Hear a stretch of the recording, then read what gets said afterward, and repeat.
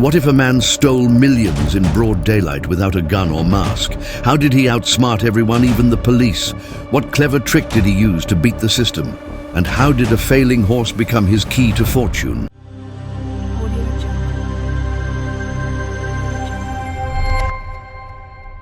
Bellewstown, a quiet village in Ireland, remembers one man above all, Barney Curley. In 1975, he pulled off a heist of $6 million, not by breaking the law, but by exploiting a weakness no one else saw. No gun, no mask, just brains, patience, and audacity. Barney was not always a legend. As a teenager, he watched his father cheat dogs in races to make money from gullible bookies. One day, at age 15, he saw an opportunity. Instead of following his father's instructions to drug a dog, he secretly switched the meat and earned his first stake $500 by turning deception into profit. From that moment, Barney's sharp mind became his weapon. Years passed. Barney tried many ventures, betting shops, pubs, even smuggling, but luck often failed him, yet his obsession with horse racing never faded. By 1975, he had a plan unlike anything anyone had seen.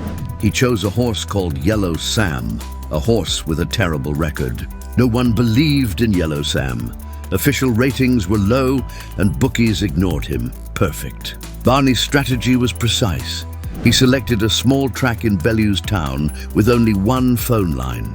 This line was the key. Whoever controlled it could block communication with betting shops across the country, keeping Yellow Sam's odds high until the last moment. He recruited 300 trusted friends to place bets at the exact right time. Every detail had to be flawless. On race day, hours before the start, bets poured in across the nation. But in Bellewstown, Barney's plan went into action. He occupied the lone phone booth, pretending to talk to his ailing aunt. No one dared challenge him. For 25 crucial minutes, he kept the line busy, ensuring the odds for Yellow Sam stayed sky high, 20-1. Hidden in the bushes, Barney watched as the race began. Yellow Sam, underestimated by all, thundered past every hurdle with astonishing speed. Favorites fell behind. By the finish line, Yellow Sam had won by a clear margin. Panic erupted among the bookies. They had been outsmarted. Barney's investment, $12,000. His return, $3 million to fortune by any standard. And he did it all without breaking a single law. The audacity of his plan, the precision, and the nerves of steel made him a legend overnight. But the real shock wasn't just the money, it was the silence in the rulebook. The bookies searched for loopholes, for fraud, for anything illegal, but there was nothing. Barney hadn't cheated the race. He hadn't bribed anyone. He had simply understood the system better than the people running it. And that realization scared the entire betting industry. Within weeks, new rules were introduced.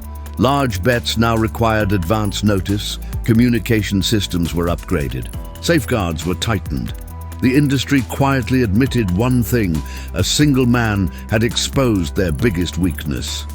Yellow Sam wasn't just a horse anymore.